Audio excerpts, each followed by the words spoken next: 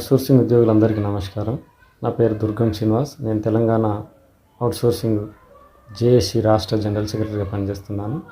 రేపు మహబూబ్ నగర్ జిల్లాలో జరిగేటువంటి అవుట్సోర్సింగ్ ఉద్యోగుల ఆత్మీయ సమ్మేళనానికి ఉమ్మడి మహబూబ్ నగర్ జిల్లాలో అన్ని డిపార్ట్మెంట్ల అన్ని క్యాడర్ ఉద్యోగులందరూ పెద్ద ఎత్తున పాల్గొని రేపు జరిగే ఆత్మీయ సమ్మేళనాన్ని విజయవంతం చేయాల్సిందిగా కోరుచున్నాం.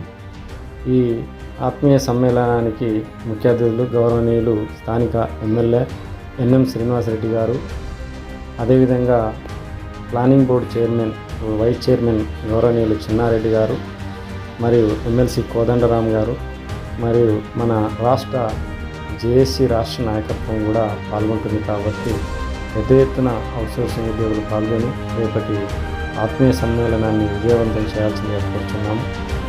జై తెలంగాణ అవుట్సోర్సింగ్ ఉద్యోగుల ఐక్యత వర్ధిల్లాలి.